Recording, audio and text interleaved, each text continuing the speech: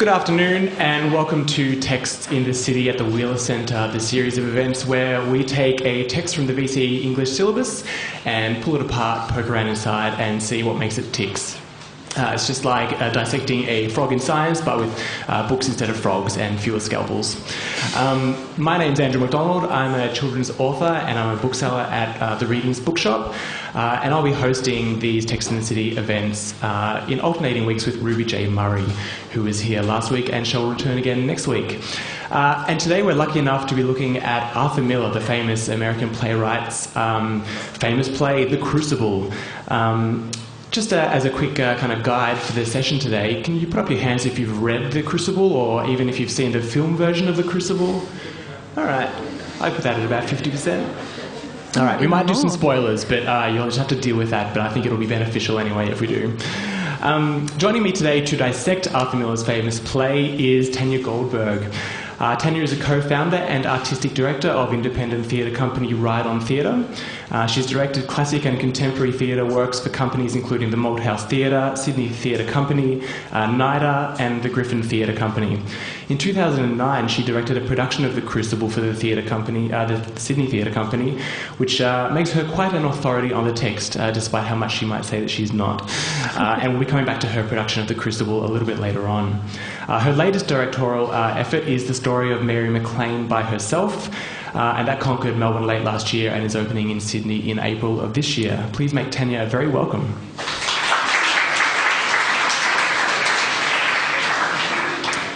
So I first read The Crucible when I was in high school, and my kind of main memory of it from when I've since read it again, of course, but from when I read it back then was just how powerful the thing was. It really is a kind of a freight train that kind of comes along, and when it hits hard. What is your kind of gut reaction when you read the play? Hi everyone, absolutely the same. I think the thing about it is that it sucks you in straight away. And it just takes hold and then, I don't know, kind of knocks the breath right out of you. I feel like it's an extremely powerful play. And it's powerful on the page, and it's powerful, you know, when you lift it off the page as well. Yeah. I think that only increases exponentially when you bring it to life. It's so kind of simple in many ways, and it's short, and the structure is very simple. It's just 4 acts. What is it about Miller's writing that kind of lends itself to such kind of, you know, building such tension and such drama? I think that's a massive question, and people who are, you know, Miller scholars and far more qualified would have lots to say. But I guess I actually think it's deceptive. It's not a short play at all. I mean, if you've ever, I mean, it's a 3-hour play. You know, that's a long time to sit in the theatre. I think, you know, it's a great kind of. It's almost operatic in its scale, you know. It's the emotions, the pitch of the drama. Like it's not just, you know, this. It doesn't. It's extreme. I think it's a play that embraces extremity, and yet it's deceptive because it does that in a way that you kind of don't notice. And I think you can sit through a 3-hour production of The Crucible and not realise that you've been sitting there for 3 hours, you know, because you're drawn into something and there's a world that's created. There's something about the dramatic, the way he structures it, and how quickly the dramatic action unfolds in each act, I think, that propels you through the drama at this incredible rate. And so without you even realising it, you're getting all of this information about characters, about background, about situations, about the society, about relationships between people that go back for years and years and years, and about the events that are unfolding here and now. And the events that are put on the page and on the stage are intensely dramatic. It's not the minutiae of just, you know, John Proctor going and tilling his fields, but it's, you know, it's that in the context of this massive event happening. And I guess it's a question that you need to always ask as a theatre maker: why is this the scene that we're watching? Why is this what's happening now? Because there's something electric and different about this, and all of that action it's new and it's unfolding and it's taking hold of this community all at once. At kind of various stages of the play, you kind of, like, you know, put the book down and and you go, well, that's preposterous. How have we gotten to this situation that things have kind of gotten this silly in this community? And then you kind of think back and you're like, well, no, all the right character motivations were there, and everything is like, Miller has like ticked every box, like everything like makes sense, but it's still like kind of preposterous. Yeah, I think maybe that's what it is to be a great classical dramatist. You know, the skill that he has as a playwright is extraordinary, because when I think about the progression of the drama, the progression of the action, and how quickly you're drawn into it.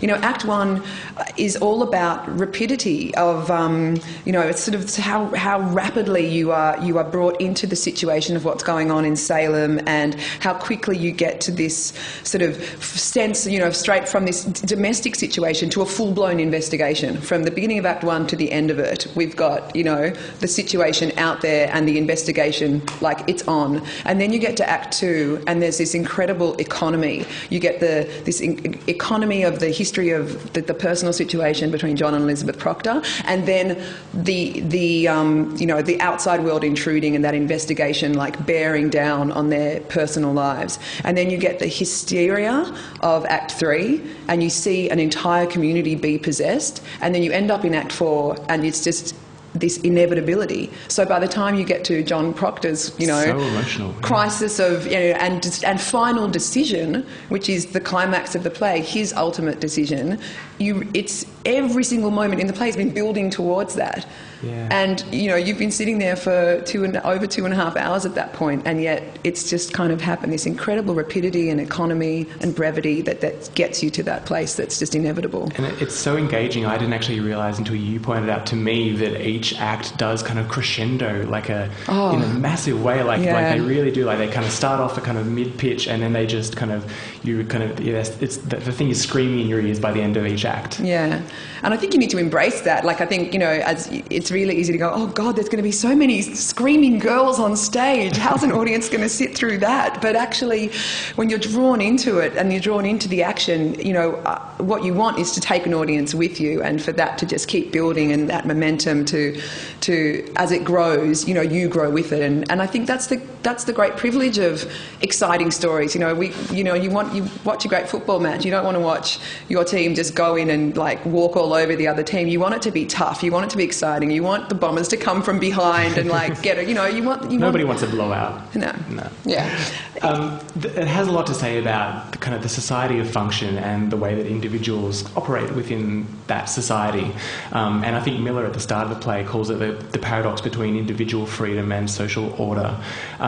How do you kind of see that paradox playing out over the course of the play? Oh, I mean, that's a major concern in all of his works, you know, how the individual functions within the society. And I think it's a great question. I read a quote somewhere, and I think that Arthur Miller wrote something. It's something to the effect of, you know, the fish is in the sea, but the sea is in the fish. You know, it's the seas. The sea is the burial ground. It's the birthplace. It's where, you know, you can't separate the two. And his great concern as a playwright is how we function as individuals as part of a greater whole, and how we find our place and reconcile who we are, and, you know, all the things about us that we may not like or agree with in that society, and how that plays out in the play. I mean, I think every character has, you can think about every character in that way, and you can put them on a scale of those who are more conscious of themselves and those who are less. And then, of course, the dramatic action is obviously centred on Proctor, and so I think, you know, he's a man who is trying to reconcile his own actions with his conception of himself, you know, and his actions have made him think that he's bad, and he's not a good person, and he's not worthy, and yet he's still trying to not be that, you know, but he kind of, and it's only at the very end that he discovers maybe that he is something else as well. Sorry. I was just going to say, it's interesting to look at and pick out characters from the play, and we don't spend that much time with them really, but you can kind of very clearly see how Arthur Miller has given Proctor a concern about not wanting to be known as an adulterer, and Abigail doesn't want to be known as a whore, and the Reverend Paris doesn't want to be known as a failed reverend. Like, everyone is kind of concerned with, at the beginning of the play anyway, with kind of, you know, who they are then, and then that shouldn't be brought down in any way. Well, it's such a contemporary concern, isn't it? what other people think of me, you know, and you could call it status anxiety, you know. I think it's like how we are perceived in the world and how we perceive ourselves. I mean, I think the play opens and it's all about status anxiety. I mean, it's all about Reverend Paris standing there going, they're not going to, you know, I can't have this, please don't mention witchcraft, not in my house, Thomas Putnam, you know, don't go there, you know, this would just be the death of me, you know. He's a man who is so angry that in his own community he's not accorded the respect that he should be, you know, and he's kind of got these ideas, and you see how status functions in that society, and then you see it, you know, immediately in a different way with the girls. As soon as you have the girls left alone on stage, you have Abigail and Mercy Lewis and Betty lying, you know, prostrate on the bed, you know, prone on the bed, and, you know, that argument, and Mary Warren coming in, and you see their pecking order and the anxiety that they have towards each other and how they need to follow their leader. I think a really fascinating character that's often not that explored, but his journey parallels Proctor's in a really interesting way, or is that of Reverend Hale. And I think that Hale is a fantastic character and a really great meal for an actor, because he's a man that starts so full of conviction and so pure of intent and what he is there to do, so pure intent and purpose, and so justified in his conception of the world and good and bad and the science of demonology and the theology that they all believe in. He's very serious with his heavy books. Absolutely. You know, he's an academic, like he's an authority, and he's here to do good, and he's here to weigh in and solve the problem. And yet, and you see him kind of embrace the power of the theocracy in Act 2 when he turns up at the Proctor's house and gives them a kind of, you know, private interrogation almost, and a test of their Christian values. And then in Act 3, he becomes the voice of reason in that court, and he's the one saying to Danforth and Haythorne, you know, let this man's argument be put to you by a lawyer, you know, and you know, commenting on and saying, you know, it's an obvious lie to tell. And by Act 4, he's completely turned around, and I think he's really a man who has been forced to, like John Proctor, reconcile where he stands in relation to the whole and to take a stand. Yeah, it's interesting to look at John Proctor and Hale like that. Arthur Miller, when the film version came out in 1996, wrote a piece in the New York magazine, which, if you can find online, is well worth having a look at. And in it he says, and I quote, "My own marriage of 12 years was teetering, and I knew more than I wished to know about where the blame lay. That John Proctor, the sinner, might overturn his paralysing personal guilt and become the most forthright voice against the madness around him was a reassurance to me. And I suppose an inspiration. It demonstrated a clear moral outcry could still spring even from an ambiguously unblemished soul." That was Arthur Miller kind of obviously identifying with John Proctor and maybe believing that John Proctor is the kind of moral centre of the play, but maybe it's Hale. Yeah, look, I think there's a lot of characters that embody a strong morality in the play. I think it centres around Proctor because he's our chief protagonist. But I think that Elizabeth has an extraordinary morality as well, and Giles Corey, you know, and you see that played out through their journeys too. So, of course, The Crucible is about the Salem witch hunts in the 17th century, but it's also about, Miller wrote it with the communist witch hunts of the 1950s in America in mind, and McCarthyism. Do you think the fact that he kind of references the McCarthy trials and the communist witch hunts in the play, do you think that kind of allegorical kind of aspect to it keeps it fresh, keeps it kind of relevant then, and keeps it relevant now? Well, I think it totally kept it relevant then. I mean, and I think although it's interesting when you read, it wasn't embracingly received, I think, when it was first performed. So I don't know if it spoke too directly to a situation that American audiences weren't quite, or American critics maybe weren't quite ready to embrace yet. I'm not sure. I think it definitely is. I mean, I think it's an extraordinary commentary on that time, and I think it's an amazing kind of thing to have that knowledge when it's so much easier to look back in hindsight and say, well, you know, this is my view on that happened way back then. But when you're living inside it, to be able to find a way to deconstruct that world and put it on stage, as Miller did, it's a pretty extraordinary thing. But I think that, the obligation of anyone engaging with this play today as the text that it is, which is a theatre text, that is a piece to be performed, needs to engage with, you know, what layers of that era speak to us today. And you know, we don't live in a communist, you know, we don't live in a communist witch hunt trial, so I think we need to find other connections. So when you staged the play, a production of The Crucible in 2009, what were those things that you kind of found around you, around us in the modern world in 2009? I mean, there were lots of entry points. I mean, the things that I immediately associated with were those things I guess we've talked about, you know, that idea of status anxiety, of how you're perceived in the world, of just the idea of what you want being not necessarily what you're allowed, and you know, living in a world, you know, and we certainly know what it's like, even going to school or being in an environment where there are rules imposed on you, that there might be things that you want to do or that you do that you know are in some way a transgression. But of course this is not about, you know, going to a school in Australia where, you know, there might be some rules but actually we live a pretty free and good life. Where is the extreme point that we can still access? So those personal experiences of relationships and status anxiety were really important. But I thought about the community that is being described, you know, of Salem, and they're a community of Puritans who are living in this tiny sliver of Christianity in this massive realm of, you know, heathenism and darkness and unknown territory and scary Native Americans and a sea at their back, and a community that believed that it was at the vanguard of something and bringing something new and the right way, and that had to be incredibly rigid and incredibly strict in order to protect that. And it's, you know, and I was looking at the idea of, you know, strict rules that are enforced, and eventually it brought me to, I saw this amazing documentary around the time that I was starting to work on this play called Jesus Camp. I don't know if anyone has come across it, but it was about evangelical communities in the United States.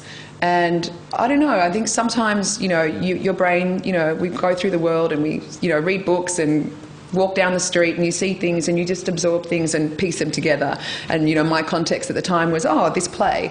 And I just I kept going back to that, kept going back to the experience of Jesus Camp and thinking there is something in that community, in this evangelical Pentecostal community, that there's a huge resurgence of it that's growing and growing in strength and power, particularly in the United States, and it is American play, and that has an extraordinary political force where there are rules and regulations and ways to be in the world that feel quite strange and alien to me, living a completely different lifestyle in Australia, but which are very real, and they are of the now. You know, these are people in contemporary dress, and you know, and they have a strong, you know, sense of conviction and belief that I wanted to engage with. And you did some research to kind of get into an evangelical community and kind of find out what rules they were living by and kind of the systems kind of, you know, dictating their lives. Yeah, oh yeah. So I did a lot of research. I mean, I did some in-person research as well, and I went to some really interesting services. But I found that, you know, I think that culture has a sort of a different presence in the United States, and there's a university that is an evangelical university. It's called Liberty University, and it was founded by Jerry Falwell, and it's the largest evangelical university in the world. It's been around since the early 70s, and I found, and I was telling this to Andrew, so I'll read it to you guys. I found their reprimands and consequences for non-academic misconduct. So this is for university-age individuals, and these are the rules for misconduct at that school. And I'll just read them out to you, because what struck me, I was looking for, you know, Reverend Hale comes up in Act 1 and says, these are the rules, these are the books, and he talks about, you know, the incubi and the succubi and all this sort of stuff, and he talks about how the devil can exist, and you read that and you go, oh, that's absurd. I know that's absurd. There's no such thing. But there are people who truly believe that, and it's clear. So in alongside attendance at a dance, $25 fine, gambling, $25 fine, possession and or use of tobacco, $25 fine, attendance at possession or viewing of an R, NC-17 or X-rated movie. I don't know why they're all the same, but they're all $50. So you may as well watch your X-rated, I guess, if you're going to pay the fine. Then there's something I don't understand at all. Entering the space above ceiling tiles, that's also a $50 fine. Participation in an unauthorised petition or demonstration, $50 fine. So these are really interesting incursions. Some are, don't smoke, it's bad for you. And some are, don't get politically active or, petition or demonstrate. No protests and don't go in the attic. That's right. Don't go protest and don't go near the attic. If you associate with people consuming alcohol, it's a $250 fine. And this is the next one. Involvement with witchcraft, seances or other satanic or demonic activity, $500 fine. And the other $500 fines are assault or sexual assault, possession or consumption of alcoholic beverages, and abortion.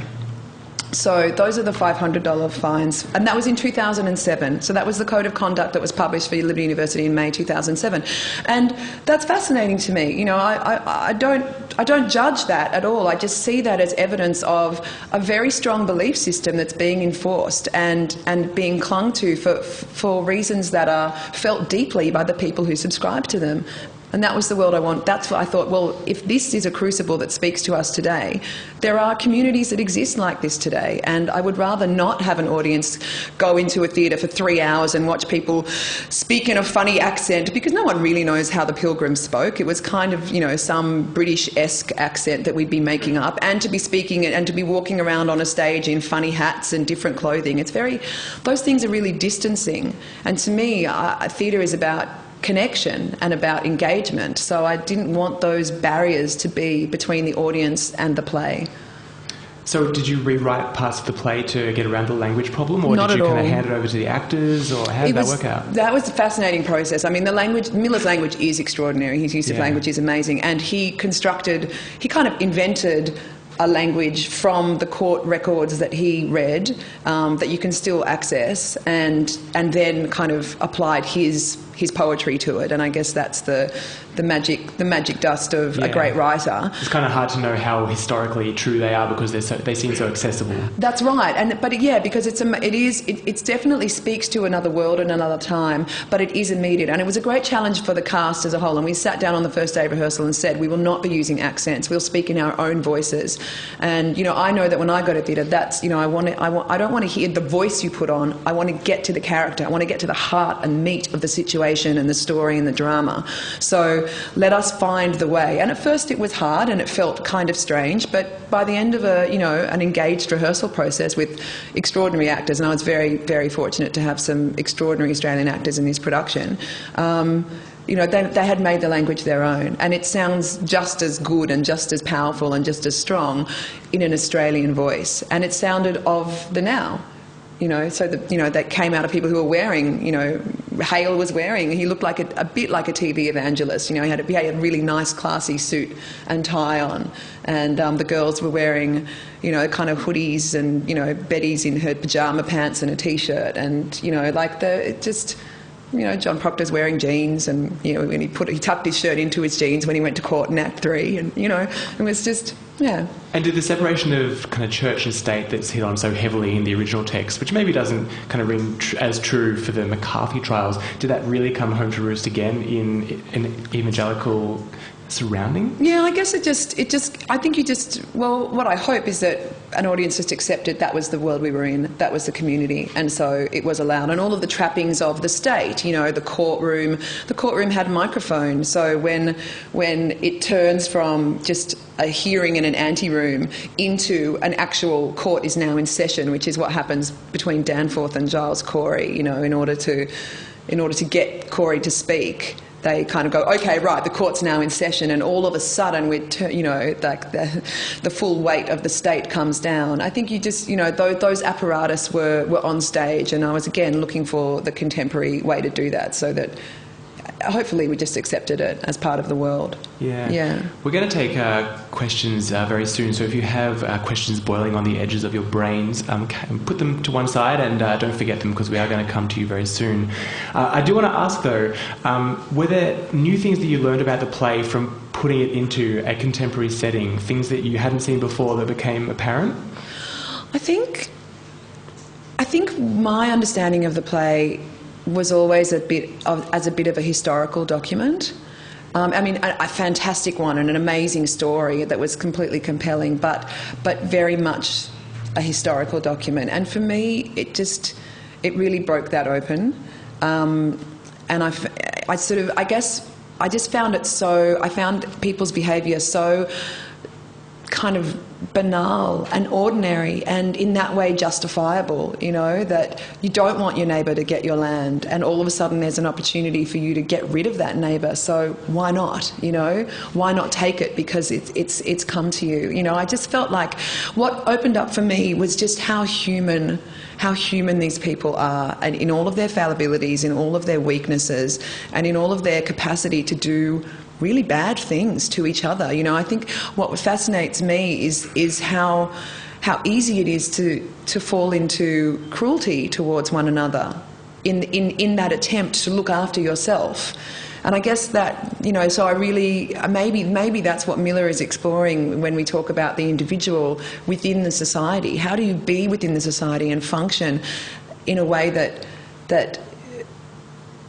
is good not only for you but for others, but in which you can find your own place in the world and be at peace with it. It would be so hard. I can imagine myself at certain points of my life totally falling in behind Abigail Williams and just joining the crowd and doing what they're all doing. Absolutely. That's scary. I went to an all-girls high school, and that kind of that degree of hysteria and that degree of kind of social force that can happen. I think we can all identify with that. Absolutely. You can see it happening, and maybe you've been a part of it. You see it every night. You get home and turn on the television or the internet. The media kind of brings the hysteria these days more than anyone else. Absolutely, and I think what's so compelling is when we kind of take the step back, because it's easy to go, oh well, that's happening on my television, and then when you start to sort of look at it from a different perspective, you go, oh, these are things that are actually happening inside my life as well. And when you start to have that realisation, then you can become aware of the agency that you might have to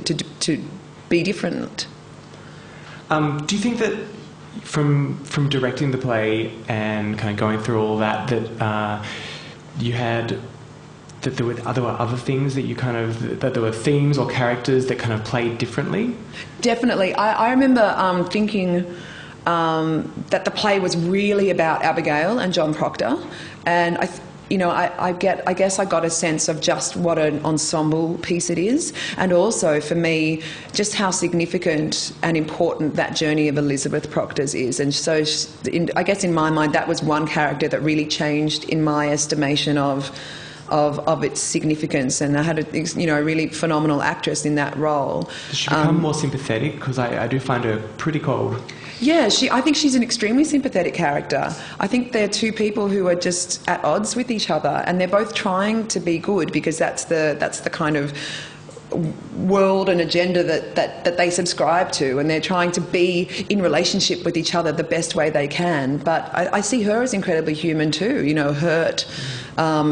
And not knowing what to do with that. I was thinking, what would it be like to live in a kind of on a farm, isolated, and the only adult company you really have most of the time is your husband, and yet there's this great rift between you because something's gone down and he's kind of, taken a turn towards someone else, and you put your foot down about it, and then it's still months later. He says, it's 7 months later in Act 2, and they're both still kind of tiptoeing around each other in this way that's so awkward. They're married to each other, and that means something so significant, but yet it's so hard for them to be in relationship with each other. I find that scene at the beginning of Act 2 just extraordinary, just how much silence there is, how much silence is happening on stage, between even before Elizabeth enters, you see him alone, but then between them over the course of this meal, and yet still this incredible dramatist, the world is rushing in thick and fast. Mary Warren's into Salem. Oh, it's a full court now.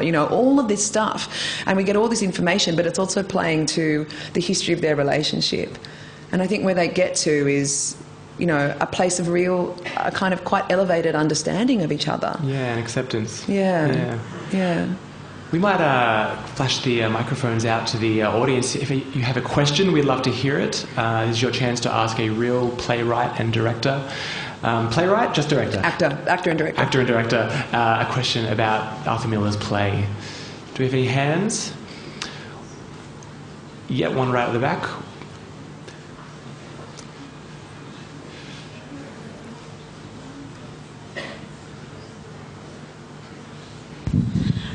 What were some of the main themes that you thought were in the Crucible? What are some of the main themes? Yeah, like context. Well, I guess it's a pretty meaty play, but there are obvious themes of, you know, absolutism, you know, right versus wrong, and, you know, where you stand, and being forced to take a stand, I suppose.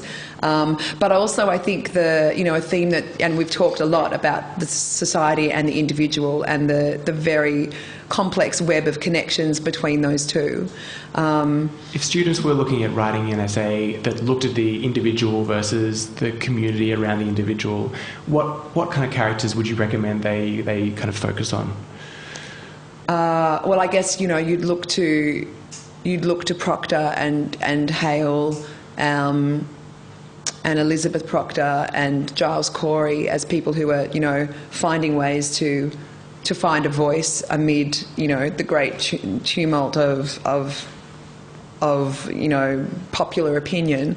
And I guess you'd also look to Reverend Paris and to Thomas Putnam and to Abigail and the girls to look at it from the other perspective, you know, the force of the society, you know, and the bandwagon. I think Mary Warren's an interesting character as well, because she really does. I mean, she's got the family on one side and she's got the girls on the other side. We haven't talked about Mary at all, and I think Mary is an absolutely fascinating character, because I think, you know, I mean, I don't know if it's a theme, but, you know, human nature and, you know, the desire to be one thing, but your own weakness getting the better of you. I mean, I think what happens to Mary Warren in Act 3 is what would happen to anyone. I mean, I think it's just too much pressure for her to bear, to try to stand on her own. It is just, and Abigail so skillfully brings her back into the fold, brings her back into line, by affecting so much kind of power and manipulation and control in you know. So I think it's fascinating, because Abigail is someone who obviously does not have a lot of power, and maybe this is another theme, you know, the exercise of the little power that you've got, you know, and what that can do to people. I think, you know, with, you know, she's so put upon. She's had a glimpse of the world, a glimpse of something different, and yet she has to be a serving person, and she's not autonomous. She's a woman. She's a girl. There are not that many options available to her. And she talks about the oppression of that society, you know, these Christian people and their you know, these Christian women and their covenanted men, and, you know, that's obviously something oppressive to her. And yet, whatever she can take, she takes, you know. She takes as far as she can until she has to run away. But I also think something that's really interesting to explore is the idea of repression and suppression and guilt, and how that connects with you know, the hysteria, because the hysteria is absolutely a part of this play. How an entire society could not just get hysterical like a bunch of schoolgirls, but literally be possessed by an idea, possessed by an ideology, possessed by a conviction. And I think that, to me, is really what Miller is exploring with the parallel with McCarthyism. And he wrote about how he was amazed that a political campaign could effect a subjective response on the minds of people, that people could feel terror because of this political campaign, to the extent that they would then do the things that happened in Salem, you know, this sort of, you know, go through this ritualistic speech, like naming names, in order to alleviate themselves of a situation. And I think a society gets to that, you know, if you're looking at in what way is anyone in this world guilty of something? And so in order to relieve your own guilt or transgression, is it easier then to jump on, you know, an accepted bandwagon where you can point fingers and, you know, say things that you couldn't otherwise say? I mean, it's quite extraordinary.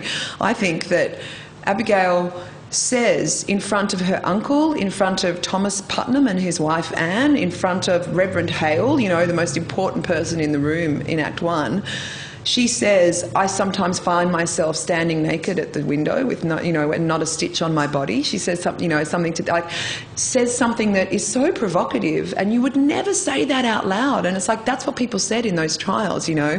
The spirit of Martha Corey came over me at my, you know, so even a thought, a transgressive thought about sexuality, and that's obviously such a huge topic of repression.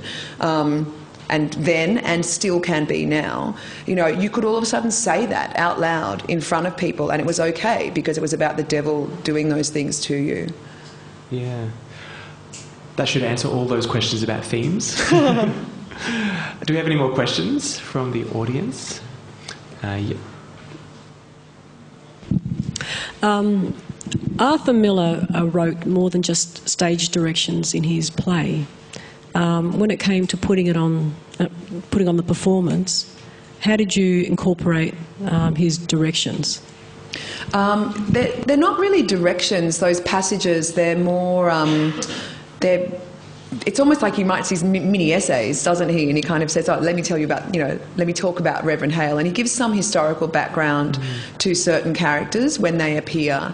And like other information that you gather and absorb when doing a play, it was stuff that we read and considered and talked about and discussed, and then just tried to keep alive in our minds and our bodies as we went into the play. So there was never a thought to kind of, you know, formally bring them onto the stage. It's more that I think is part of the world that you're absorbing and ingesting and interpreting to bring to life. They're really useful. They're really useful to understand the world, but they're not that useful theatrically.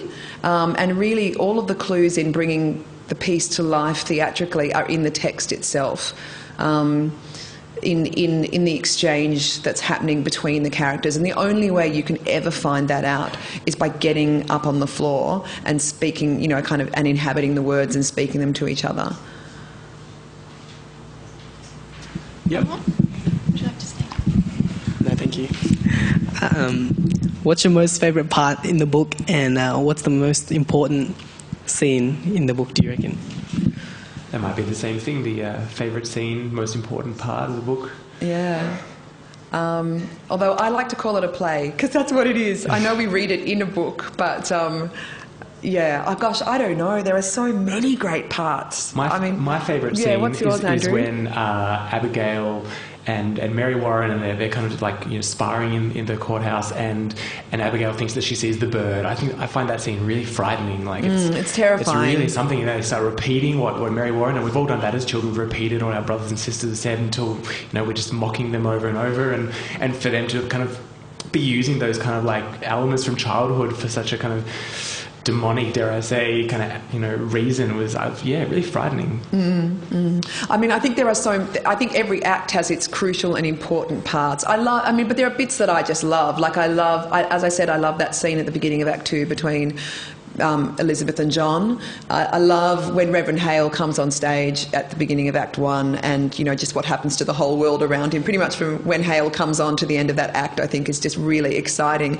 But I also love when Giles is in court with Danforth, basically, in Act 3, and the way this man holds himself, and the history that he carries, and the sense of himself in the world and the community, and what happens to him as the screws turn in Act 3. It starts with what happens to Giles Corey and Francis Nurse. It starts with that petition that they bring in, and then, you know, oh, well, can you tell us the names? You know, well, all of these people will be summoned. And then, you know, when Giles is talking about Walcott and his wife, charging Walcott charging Giles's wife with witchcraft. Why? Because she told him that if he didn't know how to feed properly, he'd never keep one.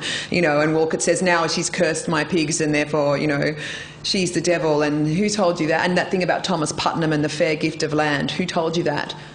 I can't tell you who, why, because you'll drag him in, you know, just, and what Giles says about, I've broke charity with the woman, he talks about his wife and he says, I broke charity with her. I find him such a compelling character because he's just this gruff old man and he kind of takes everything at face value, that he thinks that he has a right to a fair say in court, and he's done that all his life, and he's always been a plaintiff, and, you know, and the world has changed on him, you know, what's happening now has changed on him, but he sees it.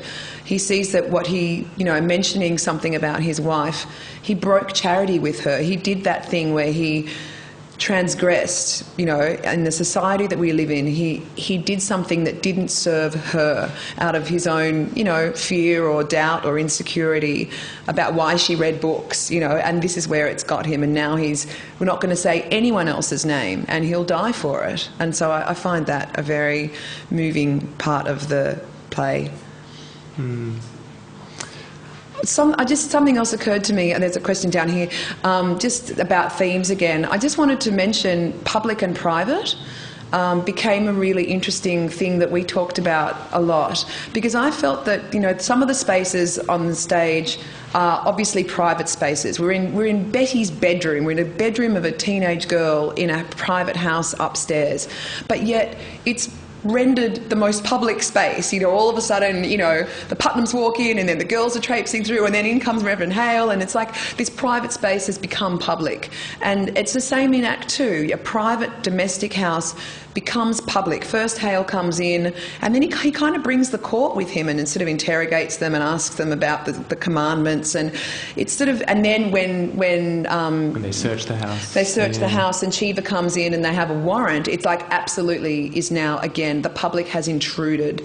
And then in Act 3, we're in a private space within a public space. So it's not the courtroom itself, it's an anteroom, it's behind the court. It's like where we were before the talk, you know, it's a private space, but it's made public, you know, all right, I declare this you know, court's now in session, let's go. And there's this constant kind of problem with what is private and what is public and how we negotiate that, which I think is really interesting. And then in Act 4, it's a public space, but they make it private because of the intimacy of that exchange and what happens to them, to John and Elizabeth, I think.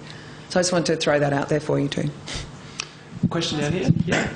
On the theme of conflict, what would you say are the most significant conflicts in the play, and how are these important in understanding the play as a whole? What do you think?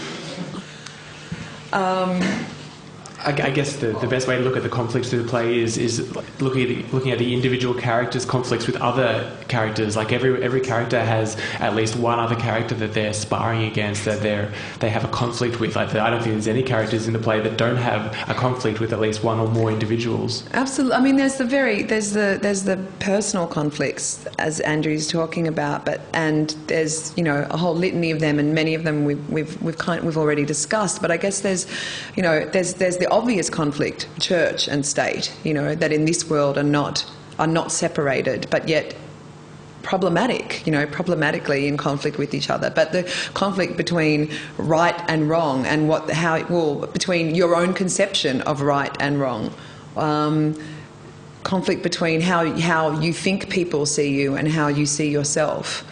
I guess a conflict between doing what you want to do versus doing what you should do. You know, Proctor does something that he shouldn't have done. He sleeps with that girl. He shouldn't have done it. She was 17. He's a married man. You know, it shouldn't have happened, but it did. And he then becomes completely at war with himself. But I think there's a completely different conflict, a completely different but similar conflict within Hale, say. So he does what he thinks is absolutely right, and then he discovers that there's a madness to it, and that there's something wrong. And he continues with that because he comes back to kind of beg Elizabeth to save John Proctor's life. So maybe he chooses his belief versus the apparatus of the state. You know, he chooses like the high belief, you know, and he says, you know, God will won't damn you for telling a lie because this, you know, the apparatus of this theocratic state is the thing that's wrong. Yeah. All right, we might have to leave it there. There's, an intense play and certainly a lot to talk about. Would you all please thank Tanya for her wonderful insights this afternoon?